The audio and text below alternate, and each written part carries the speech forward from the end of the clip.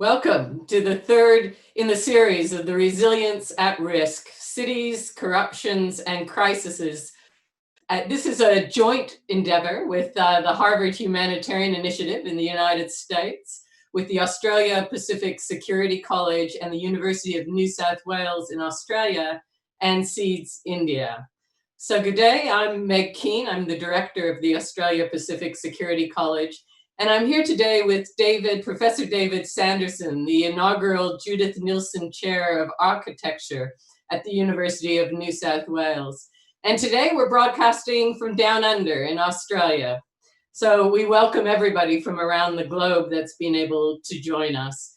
David and I have been collaborating for some time on urban resilience in the Asia-Pacific region and thinking critically about the challenges that affect urban resilience. So it's with great pleasure that we're here today with you to participate in this series.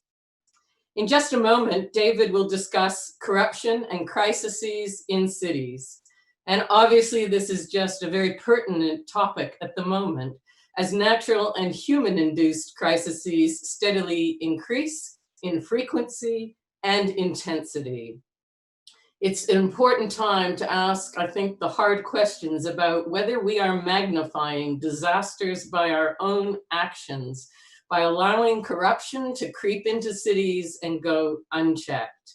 And if there is truth in that, what are we going to do about it? Watching the devastation and the accusations of corruption recently in Beirut, the topic could not be more relevant, I think, today. And David is well placed to give some insights and analysis, having had nearly 30 years of experience working in crises and disasters across the world. Most not of David's own making, I should add quickly. He has worked with aid agencies, universities, and regional organizations, giving him some deep insights into the machinery and indeed the politics of disaster. While David is talking, I would, and David would, encourage you all to just jot down any questions that come to mind during the talk, and we'll put them, or I'll put them to David when he's finished. What we would really like to have is a robust dialogue exploring this issue of corruption and cities, which really has not been as well dressed as it should be. So David, over to you to take us through corruption and crises in the city with the marvelous subtitle, I think, of "This is not a disaster, it is a crime scene." David? Wonderful. Thank you very much, Meg. It's a total privilege to be part of this webinar series with great friends and people who really know what they're talking about. We heard from Ronak Patel and Anshu Sharma, and we'll hear from Meg in the next session. And good morning to you if you're in the Pacific region. Good evening to you if you're in the rest of the world, and good night if it's the middle of the night for you. It's great that you've joined us. Hopefully it's interesting. This will be a broad brush conversation because this is a huge topic and hopefully is some useful use of your time. I'll come back to the title later on, and I don't claim that. That's actually a quote from a colleague in India. But I want to talk, in fact, I want to talk about why so-called natural disasters aren't actually natural, why an earthquake can kill over 200,000 people in one part of the world, and a much more powerful one, much more powerful, kills 800, still a lot, but a fraction of the number. Why is that? Why does that happen? To frame that, I'd like to start with a true story. I teach a class on corruption, actually, to logisticians in Switzerland each year. And recently, there were 20 people that were very experienced logisticians, and one told the story of while he was working in an aid agency, an NGO, after the Haiti earthquake in 2010. And he goes to the port in Port-au-Prince to collect the very big container with life-saving medicines in. And the man at the at the yard in charge at the port says, "You can have this, but it's $500. And if you don't pay me, this will be the last one off the ship." That's probably a few days or whatever it may be. And the conversation among the class was, would you pay the bribe? And it's a classic ethical conundrum, to have those kind of things set up. But this is a true story. And in that class of 18 or 20 people, 18 people said they would pay the bribe. One person said they don't know, and one person said absolutely not. And the one person who said absolutely not was the man who told the story. And he said, I would not pay that bribe, because if I do that, I become part of the problem. I'm no longer part of the solution. And that's a tough one. And we could, on another day or another session, talk about the ethics of that. Do you save the many for the few? Things like that, and all kinds of other things. But this is a true story. And I'm not taking a knock at those who said they would. I'm not going there. But what I want to unpack now is to think about what led it to that man in the port thinking that was okay. What's the whole creation of that condition where that man would know these are life-saving medicines, and maybe he cares, maybe he doesn't, I don't know. Or maybe he'll say he's not paid enough, or he's got a family, or whatever it might be. What is it that led up to the disaster being worse? Okay, that's my sort of kickoff point for what I want to talk about now, not so much the recovery. We could talk that. But it's important to start off with what is corruption. People have very passionate views, and certainly when I talk about this elsewhere, extremely passionate, strongly held views of what is corruption and what isn't. I'm going to use Transparency International's definition, which is that corruption is the abuse of entrusted power for private gain. So it's an abuse of entrusted power for private gain. I hope that's a pretty clear one, but of course it gets very messy very quickly. You'll go to different parts of the world where it is your sworn effort not to pay taxes because your country is terrible. So you're an idiot if you pay your tax. In another country, you absolutely have a duty. So there's civic duty, there are whole bundles of things. I just want to touch on that because very quickly, this is a murky gray area of many, many areas and many levels of things. I want to acknowledge that. But I want to stick to the abuse of entrusted power for private gain. There's a lot on corruption already. This is not like this is new, this conversation. For decades, organizations have been looking at this. Transparency International is one of the best known. I'll touch on their stuff in a moment, which has chapters in many countries in the world looking at things like this. The OECD anti-corruption initiative is very big, often working with ADB and DFID and others. Of course, there are many commissions after disasters and things that go wrong. Initiatives on integrity and accountability. And really powerfully right now, I think at least, there's social media initiatives. And one, for example, is IPaidAbribe.com, which is, I'm pretty sure to say, an Indian-generated initiative where you scroll down, you report if you met an honest officer, and you tell good stories where power was not corrupted. But then you report, I had to pay the bribe, I had to pay a bribe, I had to do this, I had to do that. So very quickly, you see corruption endemic in societies. You see it sort of sifting through and moving through. But then the point is, how does it touch disasters? I want to come on to that.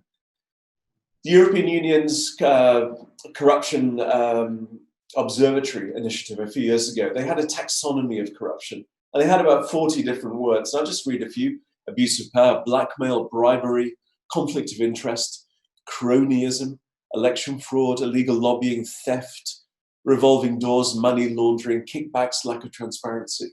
A whole bundle of things to look at, a whole density of challenges. And that brings me on to the idea of where's it taking place? It's tempting for some people to wring their hands and say, well, it's a poverty issue, it's a failing state issue, it's in countries that are endemically falling apart, and we all know countries which tragically are in that situation. But actually, it's a global image, it's a global phenomenon. It's everywhere, and some of the most corrupt industries, construction in particular, actually, often occur in some of the wealthier countries. Transparency International's Corruption Perception Index, while many would say isn't perfect, but what is one of the best barometers. They look at a number of different things. Top of the list for the least corrupt, I was looking at the one from last year, Denmark, New Zealand, Finland, Singapore. That might be no surprise to anybody. Well, maybe no surprise to anybody also would be those who are ranked as most corrupt, where terrible things happen. Syria, which of course has had war for years, terrible, terrible civil war. Somalia, which has been in effect a non-state for decades. Yemen, which has got some of the most appalling horrors going on right now. North Korea, a closed-off state, and of course the new country of South Sudan, which very quickly fell into civil war with political rivalries right at the top. A whole bundle of countries, and then you start to correlate. You see there's no real coincidence, actually, that those who are perceived as most corrupt are actually some of those where the worst things happen. And the intention of this talk is not to knock Haiti, which is an extraordinarily beautiful country with great things, but because of the centuries of power and pain and horrors that have gone on, Haiti is ranked 168 out of 180 countries. And as we know, had one of the most horrendous disasters which with less corruption would have been less worse by a long chalk.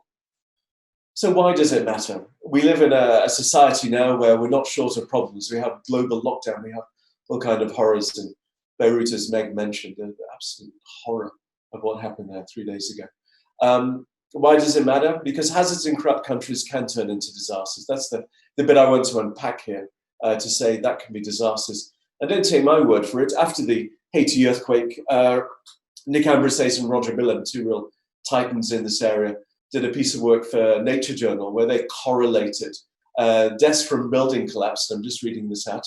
83% of deaths from building collapse in the last 30 years occurred in corrupt countries, those that are the most corrupt. And to quote them, corruption bribes to subvert inspection and licensing processes and of covert activities. The end point from a point of a disaster are all those things that took place, those myriad things that took place for that moment being horrendous. 83% that correlation. And as Meg mentioned, this horrendous explosion in Beirut that we've all seen on our news. Listening to the news, I'm sure everybody who's been following that news, it's very quick within the first two sentences. Failed state, endemic mismanagement, endemic corruption. Lebanon failed. I looked it up, Lebanon's 127th out of 180 of the corruption perception index. The whole banking crisis that took place last year, where is it 3/5 of people in poverty? Something like that plunged into. I'm pretty sure something like that, but don't quote me that I'm on the record for saying that. Anyway, what I'm saying is terrible things that have happened to an extraordinarily beautiful country, and mismanagement, corruption on the record, part of that story. But it's not just that. I could go with loads, but I'm sorry to say, but just to mention a few. In 2017, a building collapse killed 228 people in an earthquake in Mexico City, a very earthquake-prone country. That was put down to poorly constructed buildings, signed off by private building inspectors, hired and paid by developers. So the people who build it, hire the inspectors. Guess what they're going to say? Are they going to say it's not good? I don't think so. So you see that happening. You see that happening throughout the world in different countries. Okay, a quote after Haiti: "You can buy off the inspector, but you can't buy off the earthquake." It's poverty at the core of this disaster, which brings me to the statement, which is in fact from India, from a very senior. The statement, the title of this talk: "This is not a disaster; it's a crime scene." What a powerful, visceral way of saying it. So when you hear the phrase "natural disaster," there's actually no such thing. Naturally triggered, so-called. Obviously, the earthquake was part of it, but you need that condition. And if the condition is dangerous, because societally it's been mismanaged, then you get more disaster. It does become a crime scene where you do get investigations happening. I'm from the UK. You'll know the Grenfell disaster, which took place, the horrendous fire that took place of a newly renovated tower block. Now that investigation is going on, and there's no suggestion of corruption. But what we are seeing are a lot of people not wanting to talk about it and quickly finding other people to say, that was you for actually specifying that, that was you for not checking it. So who's to say what the end result will be? But at the very least, a mismanagement and a lack of care, whether that's corruption, we'll find out. Hopefully, if the system is good in terms of reviewing. The construction industry here in Australia, Transparency International ranks the construction industry as one of the third highest sectors for burying things. You can make the mortar mix thin. You can literally bury things, of course. You can get organized groups around the building of those things. And that also goes along with the extraction industry and the transportation, where a lot of money goes into big activities. And when a disaster happens, it can be very bad. Very luckily, Australia doesn't suffer from earthquakes so much, although neighboring countries, of course, like New Zealand do, and other countries nearby, those sudden shocks. But why does it matter now? And just to come back to that, and just to wrap up in the last 3-4 minutes before we have a conversation, the risk is at risk getting worse. And that's not because I'm a doomsayer, but because of the climate emergency that is upon us and has gone on the back burner given COVID, perhaps unsurprisingly. But the climate emergency is upon us. And that means more frequent wind speeds. It doesn't mean greater earthquakes. There's no evidence of that. But it does mean sea level rises, greater flooding, stronger cyclones and storms, as I say. That matches with rapid urban growth, where globally, city growth is something like 1.4 million people a week. An oft-trotted out phrase, but still a shocker when you hear it. Taking place mostly in Southeast Asia, Sub-Saharan Africa, and elsewhere. And of course, some countries are depopulating and going down, such as Japan and bits of the US. but the trend is rapid urban growth. And for a lot of that, for the 1 billion people living in slums, who may turn into 2 billion in 20 years, if the UN is correct, that's more people living in dangerous places and more opportunities for us not to be good enough at procurement and other things. But I just want to finish on two quick ones. Well, not quick at all, actually, because they're so serious. Obviously, COVID-19 is dominating all our lives and will do for the foreseeable future, certainly into next year. The relaxing of procurement has been, relating to COVID, has been, quote, is creating, to quote, a paradise for corruption. And that's from the OECD's head of bribery, a paradise for corruption. That's a frightening thought, especially as we're going to probably a recession in the last century in a number of countries. It will be the worst recession many countries have ever seen, probably. We'll wait and see, let's hope not. But we're already seeing an awful lot of things happening relating to opportunities for organized crime and corruption to exploit COVID-19.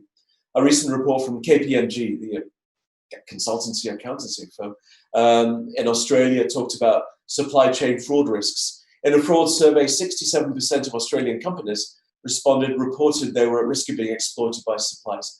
2/3 of those who replied. Organized crime, mounting large-scale orchestrated campaigns to defraud business. The relaxing of procurement rules, people who have never done this stuff before, saying, yeah, we can do it. Oh, yeah, of course we'll do it. And then bringing substandard things in. All these things add up actually to greater deaths, to worse stuff, to worse outbreaks. And, it elicits an emotional response probably in all of us. But this is happening, this is upon us. And there are things one can do. I hope the takeaway here is not some great doomsaying misery about horrors that are happening, because that's not true. There's a lot that can happen. And just to pick up one, again, OECD and ADB's work on this, they talk about policy measures to avoid corruption and bribery, respect the rule of law, address immediate risks in procurement in particular. It's the dull stuff of all those things and making sure those things happen. Accountability, control and recovery, business ethics, internal controls, enforcement of corruption, bribery cases. Comes down to governance and transparency and all the things. When those aren't in place, disasters are worse. And my very final thing, you'll be pleased to hear, Meg in particular, before you hop in, is just to use this opportunity, I suppose, to announce a piece of work that some of us are doing. And it's actually some of us involved in this initiative. It's University of New South Wales, my university, Harvard Humanitarian Initiative, the University of Technology in Sydney, and the NGO Seeds India. And we're looking at this. We're looking at disasters going backwards, not going forwards. We've all been doing disaster recovery for a few years, but we're looking backwards now. And we're asking, why did this happen? Why was this earthquake so bad? Why did this flood kill so many people? And we're saying 4 or 5 things. Is it the people living in dangerous places? The amount of poverty, the disaster preparedness that should have been better, the building and infrastructure collapse that shouldn't. That building shouldn't have fallen down, for example. Resilience that could have been stronger societally. We all know that word. Why didn't we take it seriously enough?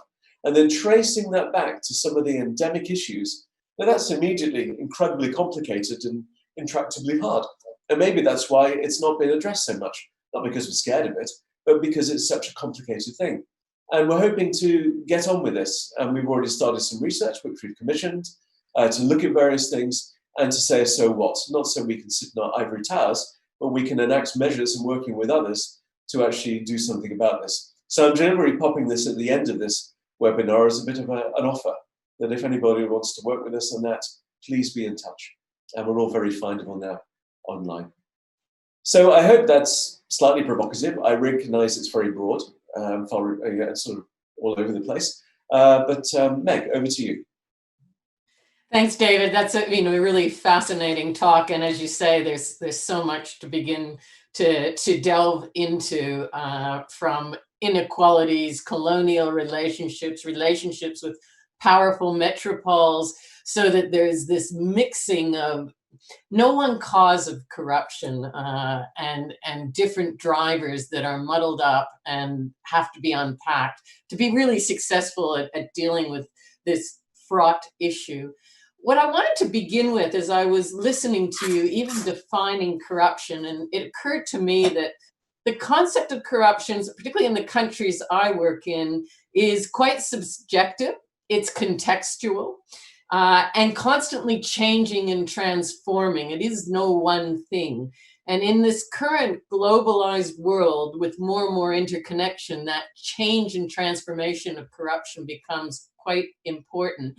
And one of the questions goes to this because with digital transformation, it's opening the door to cybercrime. So the crime is not just in the country, it's coming from outside. And yet at the same time, technology also offers us the potential for accountability and transparency. So I'd like you to reflect on the rapid digital transformation that's going on right now and its relationship to corruption or to greater accountability. Where does technology fit into this?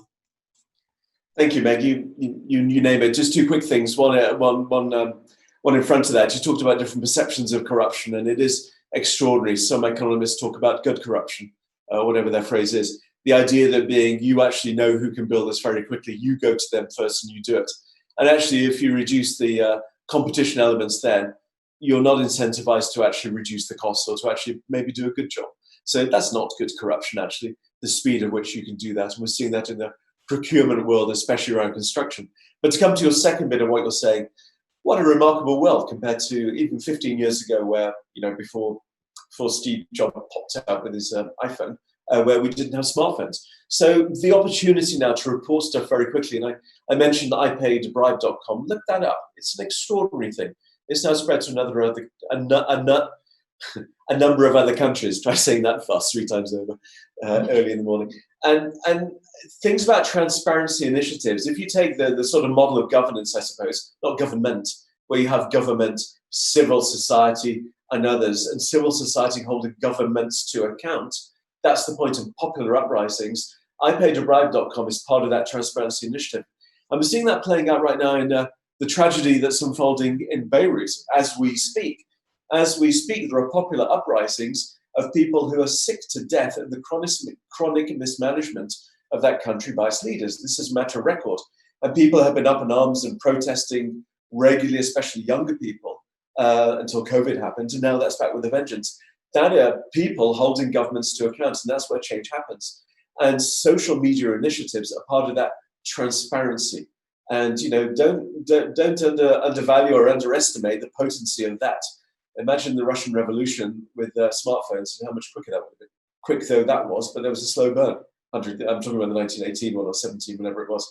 But the point being, that's how things change, and social media has a big role to play in that, obviously, as we're seeing.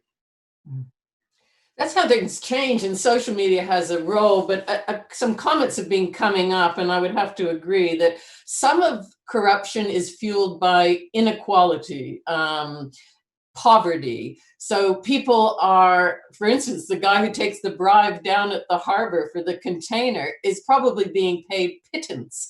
And there is almost a cultural expectation that something additional will be paid by these people in order for others to survive. So there's this very foggy area, and I know the World Bank has noted that a disproportionate impact of corruption goes to the poor, increasing their costs, reducing access to services, fueling inequality, and at the same time, that inequality drives corruption.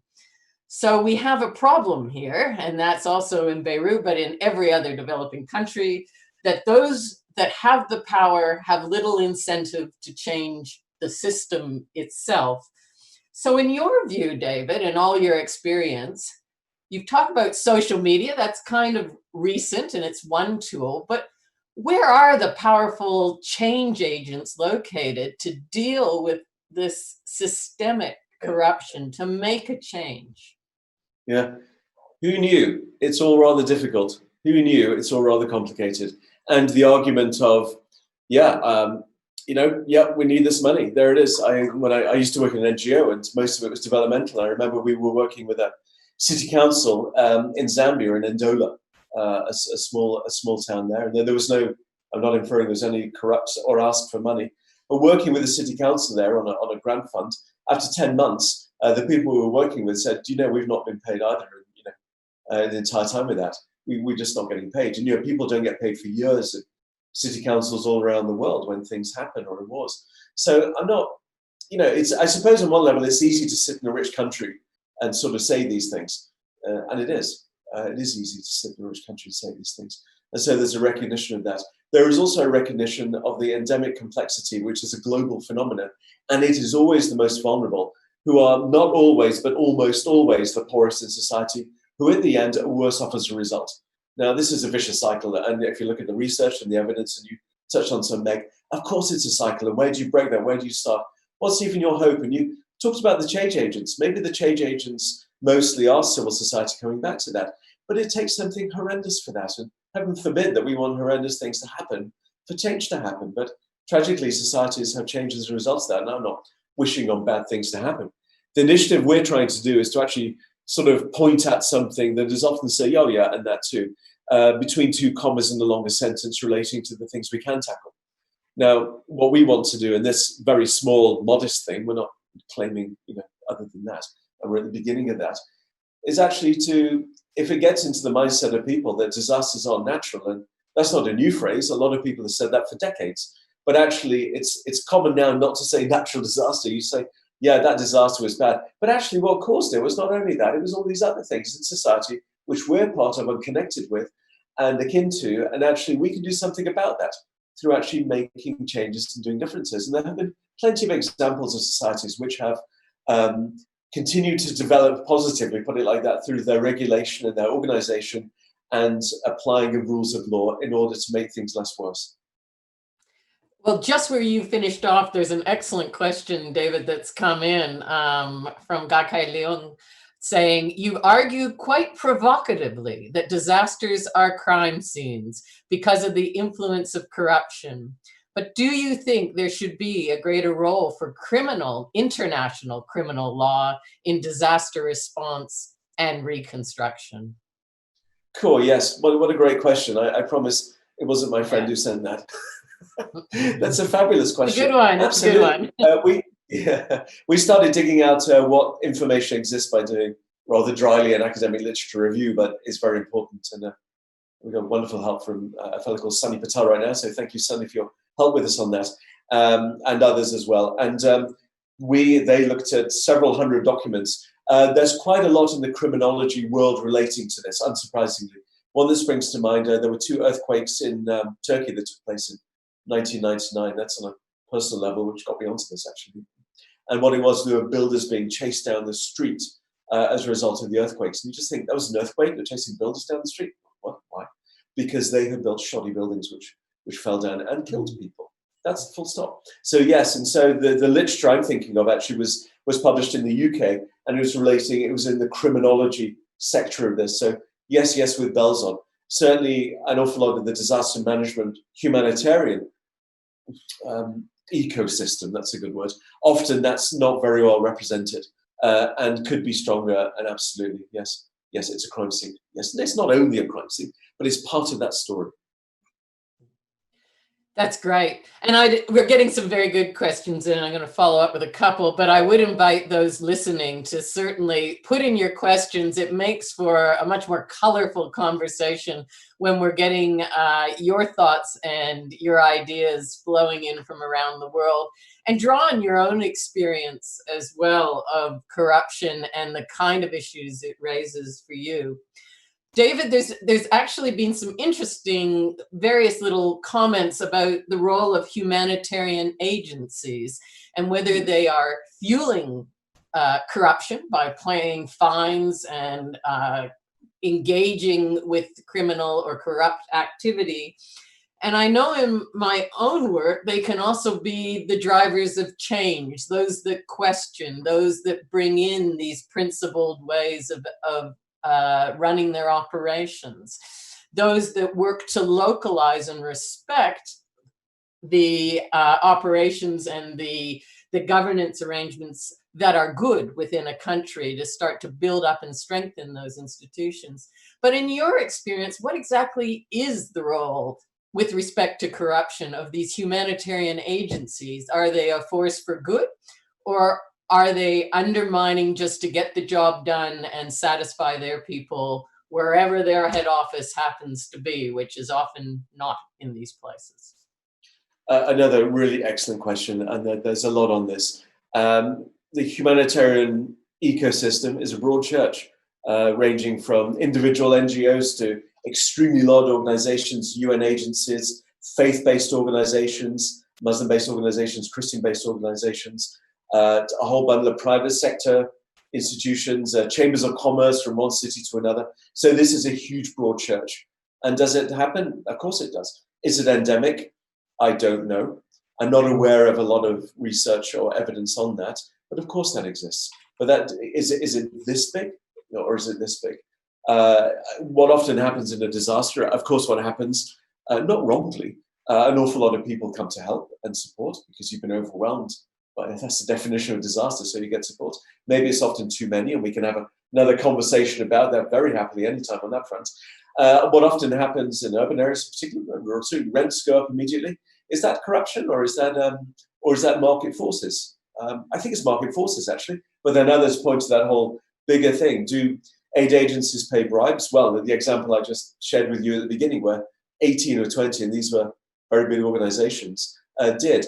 Is it policy of NGOs to do that? No, it's not. It's absolutely not. Because as a big NGO, if you have a policy, and I'll talk about, de facto and de jure, that if you put that in, absolutely you're sunk, because you can't do that, and it's illegal, and Charity Commission, and rightly so. One big NGO in Haiti refused to pay bribes for their vehicles coming in.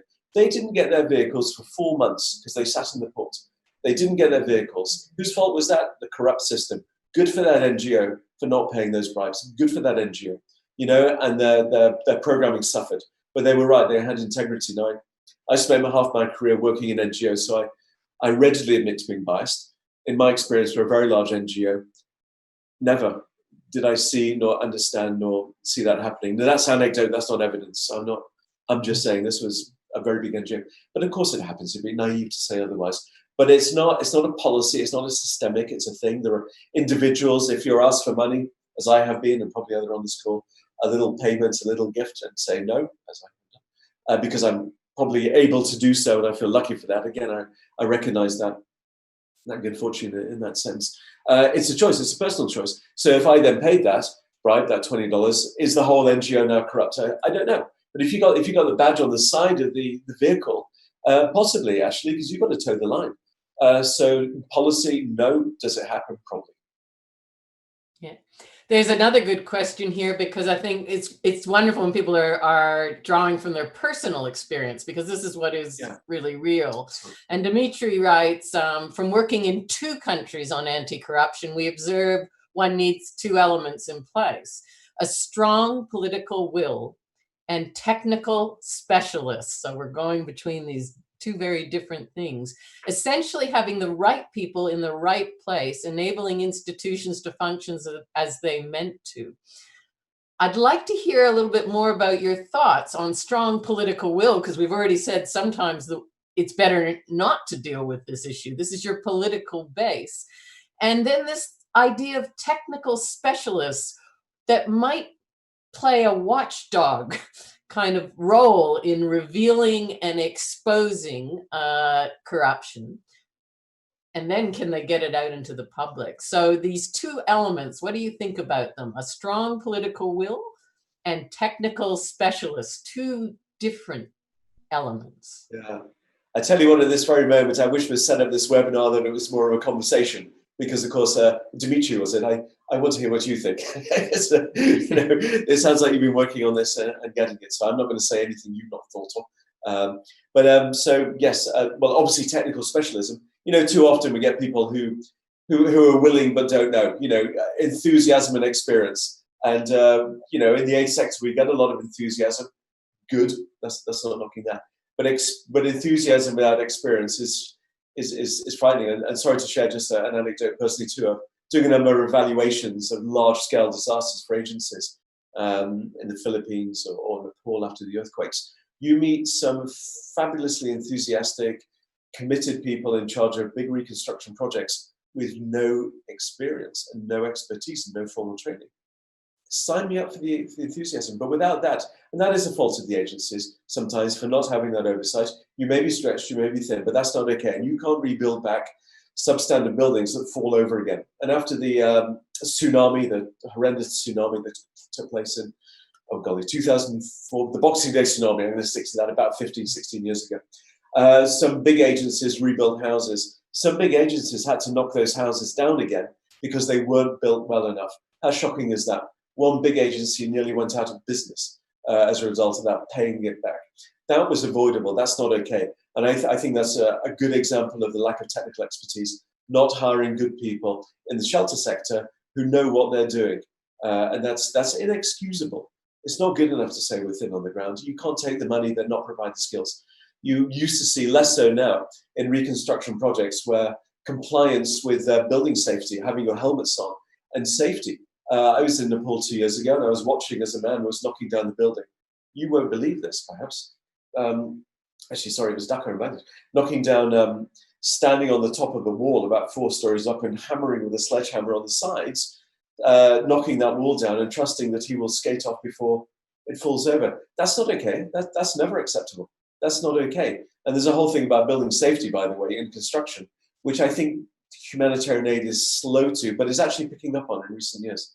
So that was the first bit. The other bit about around leadership, around having the right people in place, that was it, wasn't it? Yes, absolutely.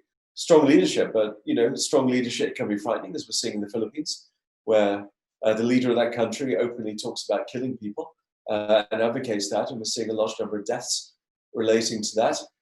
In Brazil, you see a strong leader, and we're in a time now where we have strong leaders, but those strong leaders are compromising what many would say are more liberal values or decency in many respects and many other things.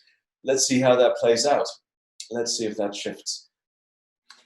And Dimitri also makes the point that you can have these rules, regulations, etc., but there's often backsliding in the system because of really perverse incentives.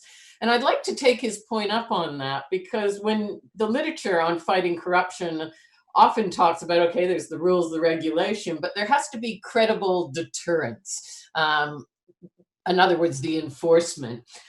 So for you, what does credible deterrence look like, David? Is it about penalties? Is it about fines, institutions, public shaming, watchdog agencies that have powerful legal rights? What is it that is credible deterrence? What is it that takes these rules, regulations, and starts to shape behavior rather than just the words on the page? Yeah, all of the above, eh? All of the above, exactly as you say. It's rule of law. It's stiff penalties and fines. It's all of those things. It's the mechanisms that are in place, and countries all around the world, of course, have those things written down. It's often the enforcement of them that's the issue, or the size of the stick, if you like. An example would be in planning codes. Countries. It's hard to think of a country that doesn't have planning regulations and planning codes. And actually, the controversy in today's news in the UK is a whole new planning system that's come in, which is going to make it easier. And the risk is of having shoddier buildings. And that country doesn't have so many earthquakes. It makes the news when a teacup rattles in a medium-sized city sometimes. And that's it. It doesn't have the scale of disaster. But in other countries, especially in the Himalayan region, where there are many earthquakes, of course, I'm pretty sure it's the most seismically active part of the world. I think it's safe to say, if you look at the number of disasters that occur from earthquakes.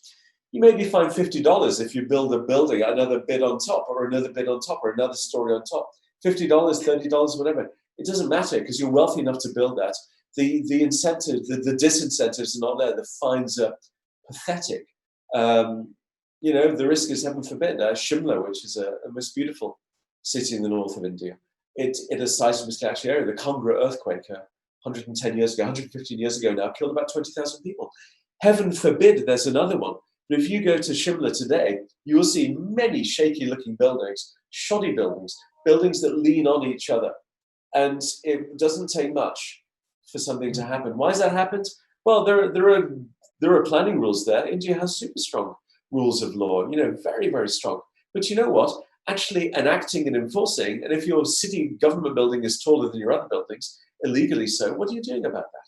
It's actually enforcement. Now, no one is saying this is easy. It's, again, I come back to easy to talk about, but actually unless and until this is talked about and is more transparent and more training of building inspectors and more enforcement and rules and prison sentences and other things, and locking up the fire escapes in big buildings that you see, or the buildings, the garment factory that collapses in Dhaka, stuff like that, where poorer people suffer again and again and again because those things weren't managed, or these are all true stories, by the way, or the man in charge of fire safety is taking around a building, and this is in Lima in Peru, and the fire exit is blocked with phosphorus, and he's smoking a cigarette under a no smoking sign. What kind of messages are that? It's not being real. Maybe today is thinking about face masks, that we don't seem to get it. And I include myself in that, by the way. Perceived risk, real risk, the down the line things that happen, because you don't get warning of disasters. That's how they happen. Heaven forbid, that's how they happen. So, and unless that seriousness is taken in preparedness, there's a lot that's going well. And I like what Dimitri said about going backwards and forwards. Things are always in flux. Countries get stronger, they get weaker, they get richer, they get poorer. That seems to be how it is. It goes up, it goes down. It's not linear. It's not like that. So it's a constant watch job from all of us to actually do things about this. And it's a shared responsibility. Well, let's go with that constant watch job, because Prahlad has put a very good point, I think. David, there are hardly any blatant corruption, but often well embedded into policies and systems. When this is the case, how do we expose these corruptions? Sorry, I just lost the question there, and I think it was good. But that idea of exposing wrongdoing, I think, is really important. And how do you do that? Yeah, I'm sorry to say there is a lot of blatant corruption. There's a lot. And the organizations that look at that, it often doesn't make the news, not for any conspiracy reasons. It's just so part of everyday life, people don't care, I think. It's just part of the story. It's like it rains. But there is an awful lot of blatant corruption. Just Google corruption cases and you'll see endless amounts of specialist groups to look at that. But embedding, I don't know, maybe there is. It sounds like you're thinking of examples. And again, I wish there's a two-way conversation. Maybe next time we'll do it like that, because it'd be good to hear what you think about that. I think rules, by and large, try not to be, but then again, I don't know if you're thinking about whether it means certain presidents of certain countries can now stay for longer terms than they could have done. I don't know whether that's corruption or not. If it's the abuse of entrusted power for personal gain, well, I don't know. But that happens all the time, of course. But of course, there are great examples where people do hand over now. I mean, there's a lot on this, by the way. I don't want it to be like this too much. If you look at what's happening in sub-Saharan Africa, the corruption activities, the anti-corruption activities, I'm trying to remember the prize. Oh, it's slipped my mind. It's the world's largest prize for leaders who leave their countries in a peaceful state and shift. And, there are conversations around those prizes. But, it's a very powerful African-led initiative around building greater transparency driven by business, actually, and improving governance. And there's real success stories in that part of the world. And in that, putting the pressure up for people to perform the roles that have been given to them, whether that's by business, NGOs, etc. We have the very good point, and I think it's on a lot of people's minds. In some countries we observe the police, the prosecution, the judiciary, essentially as one giant vertically integrated criminal syndicate. So this idea of how do we push for better performance by those very bodies society has put into place to deal with corruption. Yeah, it's those weeds that are growing, right, and go all through all societies. Remember the point from those who look at this, all countries have degrees of this, and some it really exposes. It's there. I'm not going to say anything you've not thought of, the person who put that question. It's there. There's something about transparency, social media, those things, independent. We're under threat about the news we get. We're all aware of algorithms, which just give us the news we want, of fake news, which is really, really scary if you start to think through those lines. The eroding of good media, which is objective, and the growth of media and newspapers, the bastions of that, and you start to see scary things when those newspapers are shut down. And that's when it happens. In Sierra Leone 20 years ago, you could buy the front page for a small amount of money to knock. At that time, that was the world's poorest country, came out of a horrendous civil war. And other countries too, you could buy the front page in order to report the story you wanted. So the misinformation, those things have happened. It's always been upon us. You know what? I mean, efforts to reduce that thing I mentioned, the very small thing we're trying to do, the subject of this lecture, that's my day job, the subject of this conversation is around actually the disaster, the absolute horrendous moment. That Beirut thing, just beyond imaginable for the horror of that. if those things don't change things, what are we? You know, and that's the thing we're thinking about. I think there's sort of a final point that goes to a question that's embedded in everything that's said. The idea of everybody's got to do their fair share, that everybody's got to kick in. Some say that you do have a duty to take up the slack in this area of corruption, but only at a reasonable cost to yourself. So there's the personal, the institutional. And I think this raises issues of scales and how we deal with corruption at different scales and jurisdictions. I was noting that there seems to be a UN Convention Against Corruption, a G20 anti-corruption working group, on and on we go. So in your view, how do you address this? Who should be taking action? Who's responsible? There's the international, the national, and the localized responses. Or how do we get them to work so they're more complementary to each other? And I think we'll probably end on that. I'm just looking at the time of just wrapping up that forward-looking way of working together, collaborating to deal with these rather systemic problems. Yeah, well, there's a lot already on. There's a lot going on, a lot of extraordinary people committed, people who have been spending decades working on this, investigative people, and those whose whole world is focusing on this. Criminology has been mentioned. So there's, to use that slightly odd word again, ecosystem. It's not like it doesn't exist. There's a lot on this already. And what's the counterfactual? Without that, undoubtedly things would be a lot worse. So there is a lot that's going on. Of course, with any big systemic issue, it's coordination that's the issue, and that obviously happens all the time. And there's always a requirement for more than that. What you touched on, Meg, about social media, there are opportunities there. This little bit of the jigsaw, this little piece, although a tragic piece about looking backwards from the disaster. Why did this happen? It's not natural. It's not a, as the insurance industry calls it, an act of God. No, it's not. It's an act of us, okay?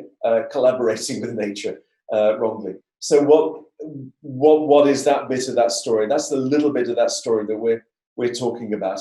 In terms of restating, but deliberately restating, like the climate emergency, like other things, this is all our responsibilities about how we do things in society that affect all of us somewhere along the line at some point, heaven forbid with a big boom disaster, but also everyday stuff and the rest, and especially those most vulnerable who suffer the worst, always as a result of societal actions, of which we're all part of. Thanks, David. Some really interesting conversation, and one little quote just to end with from people that are listening, a person listening, that yes, it's about catching the right moment to take advantage of the windows of opportunity. So I think that's a really nice end point. I think we've learned something. There's heaps to do, and I think there has to be communities to make a difference. I'd also like to thank everybody who's been listening in and providing some great questions for us to leverage off of to advance this discussion, which I think, David, this is just the beginning. I'm glad to hear that you have a project and an initiative that's going to delve more deeply into these issues and perhaps involve some of those that have been so active in commenting. For myself, I look forward to joining everybody in this community again on September 3rd or thereabouts, because we have so many different time zones and time differences, where Dr. Ronak Patel and I will be looking at, can disaster interventions be development innovations? And what Ronak and I want to do is just end this series with a forward-looking and hopefully somewhat inspirational session that suits these pretty tough times, to see where we can go with urban resilience and what positive changes and thoughts and lessons we can learn from what's happening and what's planned for the future. So please join us again in about a month's time, or whatever it is, September 3rd, and we'll continue this discussion, which I've really enjoyed, and some great comments, great insights, great questions, I think, David. Yes, so thank you. Thank you to everybody, and join us again on September 3rd-ish. Check your time zones, check your dates, and we'll see you then. Bye. Bye-bye.